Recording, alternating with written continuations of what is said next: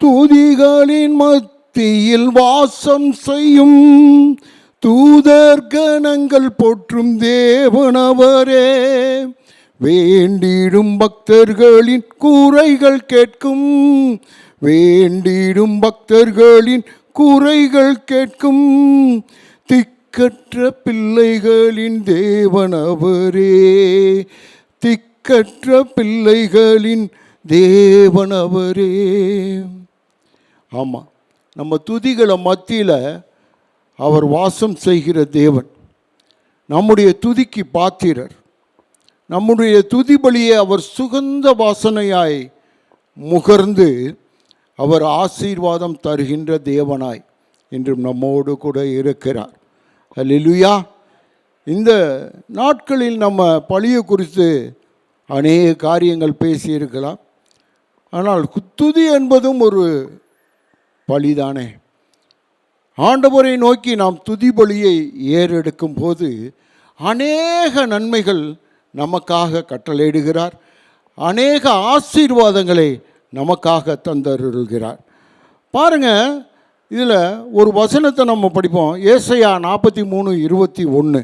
இந்த ஜனத்தை எனக்கென்று ஏற்படுத்தினேன், இவர்கள் என் துதியை சொல்லி வருவார்கள். ஆமென். பாருங்க, நம்மளையெல்லாம் பிரித்தெடுத்து ஏற்படுத்தி இருக்கிறாராம் ஆண்டவர். எதுக்காக ஏற்படுத்தி இருக்கிறார்? இவர்கள் என் துதியை சொல்லி வருவார்கள். ஆமாம், நம்மெல்லாம் அவரை நோக்கி துதி பலியை ஏறெடுக்கணும்னு சொல்லி ஆண்டவர் விரும்புகிறார். அதே சூழ்நிலையில் நம்ம அவரை நோக்கி துதி பலியை ஏறெடுக்கும் போது அளவற்ற ஆசீர்வாதங்களை நம்ம எடுத்துக்கொள்ளலாம். ஹல்லேலூயா, ஸ்தோத்திரம். இப்பயும் பாருங்க, தாவீது ராஜா சொல்றாரு பாருங்க, சங்கீதம் 34:1.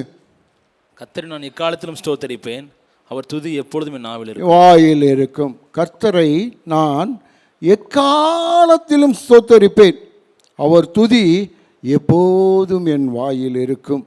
எக்காலத்திலும் எப்பொழுதும், இது ரெண்டுலையும் பார்த்தீங்கன்னா, எக்காலத்திலும் அப்படின்னா நான் வாழ்ந்திருக்கிற காலத்திலும் கர்த்தரை ஸ்தோத்திரிப்பேன், நான் தாழ்ந்திருக்கிற காலத்திலும் கர்த்தரை ஸ்தோத்தரிப்பேன்.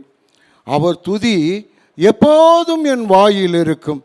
எனக்கு கஷ்டம் வந்த நேரங்களையும் அவருக்கு நான் துதி பலியை ஏறெடுப்பேன், நான் வசதி வந்த நேரங்களிலையும் நான் என்னுடைய துதி பலியை ஏறெடுப்பேன்னு சொல்லி தாவீது ராஜா சொல்கிறார்.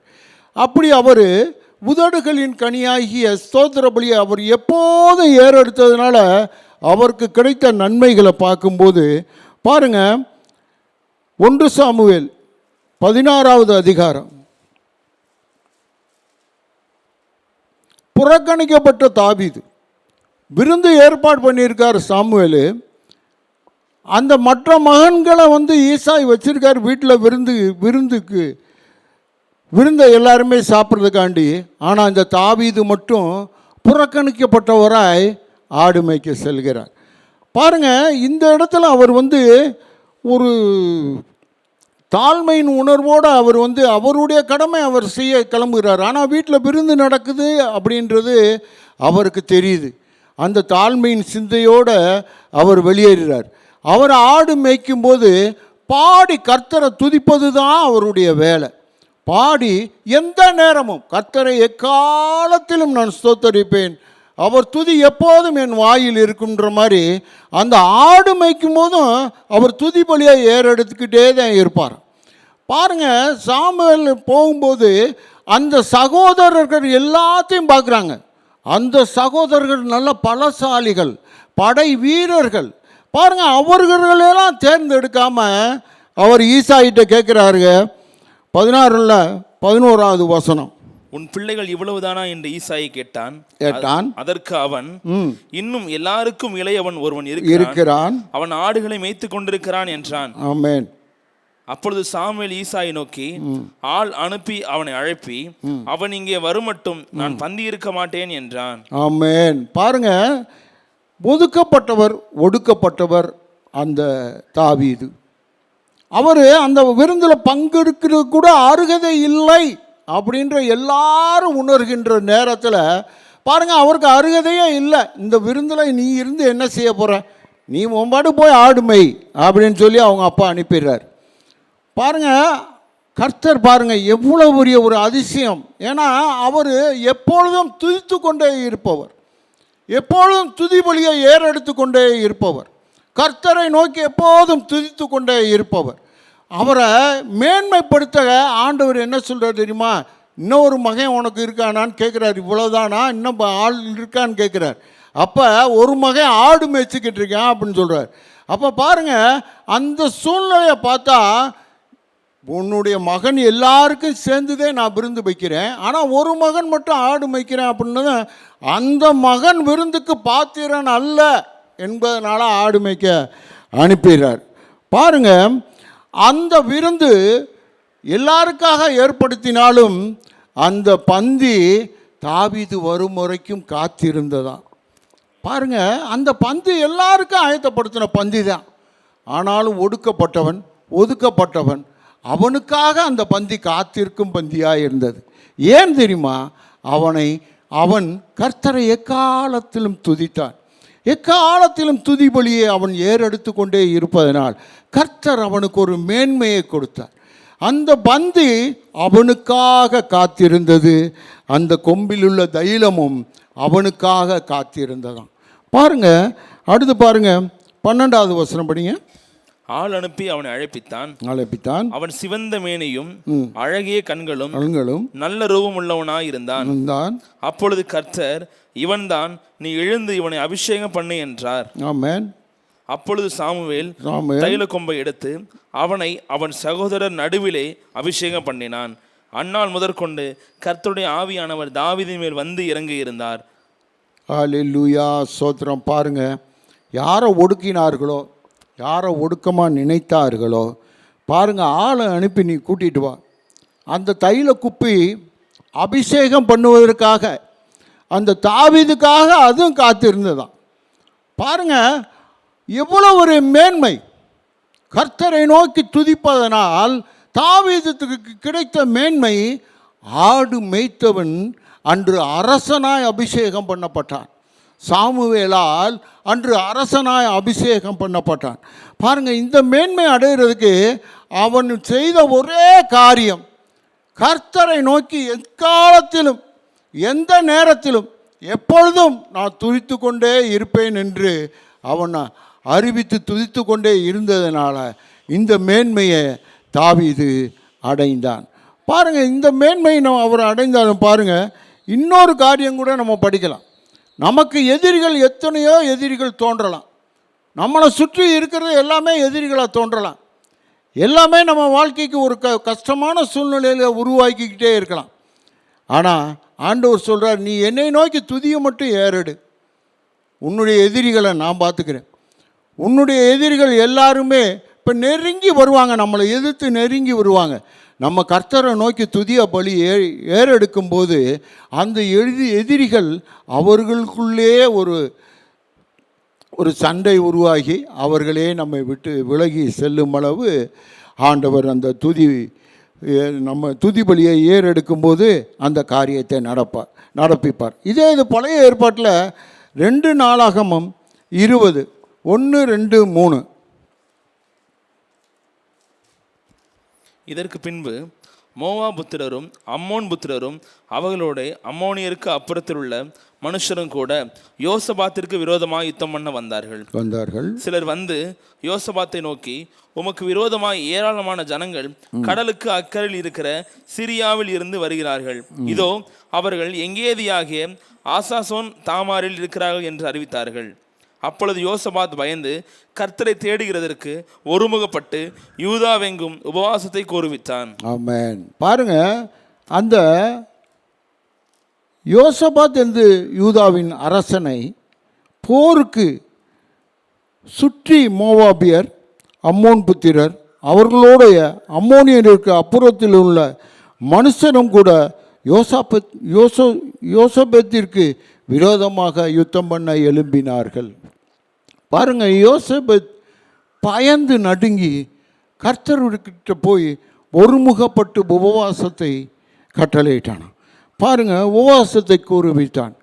இந்த சூழ்நிலையில் யோசபாத் இருக்கும்போது ஆண்டவர் சொல்லுகிற ஒரே வார்த்தை, யுத்தம் உன்னுடையதல்ல, யுத்தம் என்னுடையது, நான் யுத்தம் பண்ணுவேன், நீ யுத்தம் பண்ண தேவையே இல்லை, ஆண்டவரே உனக்காக யுத்தம் பண்ண ஆயத்தமாக இருக்கிறார் என்று தீர்க்கதரிசி மூலம் உரைக்கிறார். அங்கு ஆண்டவர் உரைத்தது யுத்தம் உன்னுடையதல்ல என்னுடையது என்று ஆண்டவர் உரைத்த மாதிரியே பாருங்க. அந்த 2 நாளாகமம் 20வது வசனம். அவர்கள் அதிகாலமே எழுந்து தெக்கோவாவின் வனாந்திரத்திற்கு போக புறப்பட்டார்கள். புறப்படுகையில் யோசபாத் நின்று யூதாவே எருசலேமின் குடிகளே கேளுங்கள், உங்கள் தேவனாய கர்த்தரை நம்புங்கள், அப்பொழுது நிலைப்படுவீர்கள், அவருடைய தீர்க்கதரிசிகளை நம்புங்கள், அப்பொழுது சித்தி பெறுவீர்கள் என்றான். 21. பின்பு அவன் ஜனத்தோட ஆலோசனை பண்ணி பரிசுத்தமுள்ள மகத்துவத்தை துதிக்கவும் ஆயுதம் அணிந்தவர்களுக்கு முன்னாக நடந்து போய் கர்த்தரை துதியுங்கள், அவர் கிருபை என்றும் உள்ளதென்று கர்த்தரை பாடவும் பாடகரை நிறுத்தினான். ஆமென். பாருங்க, ஒரு படை கிளம்புச்சுன்னா முதல்ல போரிடுறவங்க எதிராளிகள் எப்படின்னு மதிப்பீடு போட்டு பலமுள்ளவர்கள், வில் வித்தை உள்ளவர்கள், இல்லை வாழை சுழற்றுறதுக்கு நல்ல திறமையானவர்களை தான் முன்னாடி நிறுத்துவாங்க. ஒரு படையின் முன்னாடி திறமையான திடகாத்திரமான படை வீரர்களைத்தான் நிறுத்துவாங்க. யோசபேத் என்ன சொல்லியிருக்காரு பார்த்தீங்களா?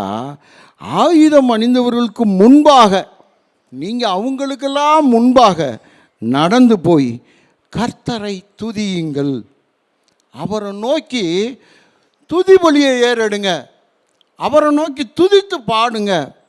அவரை நோக்கி உங்களை துதிகள் ஏறெடுக்கும் போது கர்த்தரை பாடவும் அவர்களை நிறுத்தினார்.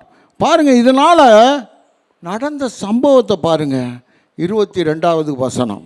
அவர்கள் பாடி துதி செய்ய தொடங்கின போது யூதாவுக்கு விரோதமாய் வந்து பதிவிருந்த அம்மோன் புத்திரரையும் மோவாபியரையும் சேயீர் மலை தேசத்தாரையும் ஒருவருக்கு விரோதமாய் ஒருவரை கர்த்தர் எழும்ப பண்ணினதினால் அவர்கள் வெட்டுண்டு விழுந்தார்கள். ஆமென். பாருங்க, கர்த்தரை பாடி துதித்ததுமே எதிரிகள் ஒவ்வொருக்கொருத்தர் எதிரிகளாய் மாறி அவர்களுக்குள்ளே வெட்டுண்டு மடிந்து போனார்களாம்.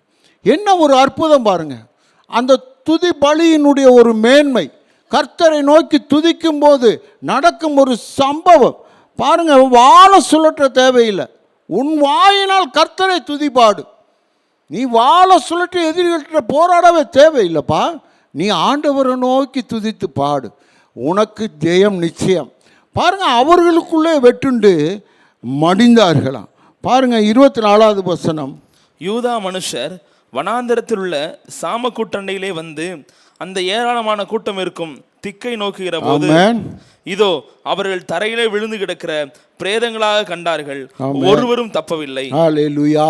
பாருங்க, எதிர்த்து வந்தவர்கள் 3 தேசத்தார்கள். கர்த்தருக்கு நம்ம துதி பலியை ஏறெடுக்கவும் யோசேபாத்து துதிக்கிற ஆள்களை நிப்பாட்டினதும் கர்த்தரை நோக்கி துதித்ததும் ஒருத்தருமே தப்பாதபடிக்கு 3 பேரில் 2 பேர் சண்டை, அப்புறம் 2 பேர் ஒரு ஆள் அழிச்சது, மிச்சம் இருக்கிற 2 பேர் அவங்க 2 பேருக்குள்ள சண்டை, எல்லாமே அழிஞ்சு எல்லாமே பிரேதம் ஆயினார்களாம். பாருங்கள் அந்த 25வது வசனம். யோசபாத்தும் அவனுடைய ஜனங்களும் அவர்கள் உடைமைகளை கொள்ளையிட வந்தபோது அவர்கள் கண்ட ஏராளமான பொருட்களும் பிரேதங்களில் இருந்து உரிந்து போட்ட ஆடை ஆபரணங்களும் தாங்கள் எடுத்துக்கொண்டு போக கூடாது இருந்தது. 3 நாளாய் கொள்ளையிட்டார்கள், அது அவ்வளவு மிகுதியா இருந்தது. ஆமென். பாருங்க ஆண்டவருடைய ஆசீர்வாதத்தை பாருங்க. 3 நாட்கள் கொள்ளையிட்டார்களாம். 3 நாட்கள் இவர்களுடைய படைகளே போய் அவங்க இறந்தவர்களுடைய பொருட்களை கொள்ளையிட்டது 3 நாட்கள் கொள்ளையிட்டார்களாம். அவ்வளோ பெரிய ஆசீர்வாதம் கர்த்தரை துதிப்பதனால இந்த யோசேபாத்துக்கு வந்தது. ஹல்லேலூயா. அந்த துதிகள் அந்த துதியின் பலம் அவ்வளோடைய பலமாக இருக்கிறது. நீ வாள் எடுத்து போராட வேண்டாம்யா, உன் வாயினால் கர்த்தரை துதி. அதே மாதிரி தான் நமக்கு வர்ற எதிரிகள் எவ்வளோ பலமுள்ளவர்களாக இருந்தாலும் சரித்தேன், அது எத்தனை பேராக இருந்தாலும் சரித்தேன், நம்ம ஏறெடுக்க வேண்டியது கர்த்தரை நோக்கி நம்ம துதி பலியை ஏறெடுத்தாலே போதும். துதிக்கு அவ்வளோ பலன் இருக்குது.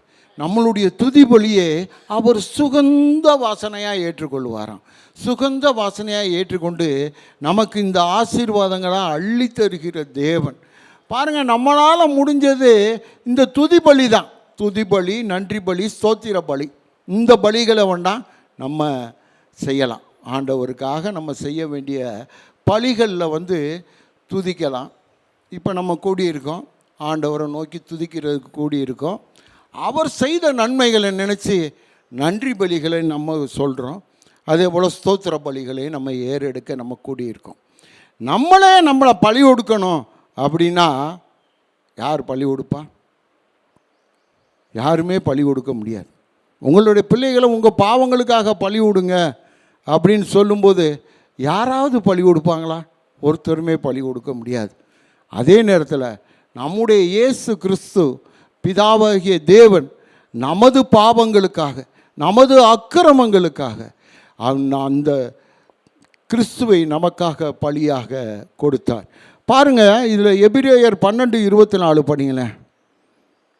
எபிரேயர் 12:24.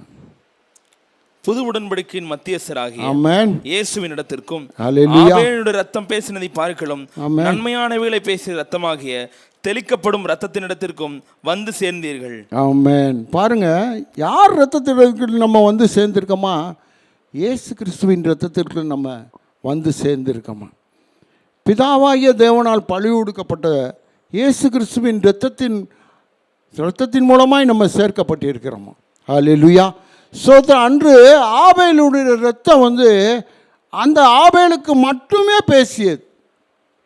அந்த ஆபேலுக்கு மட்டுமே ஆண்டவரை அழைத்தது.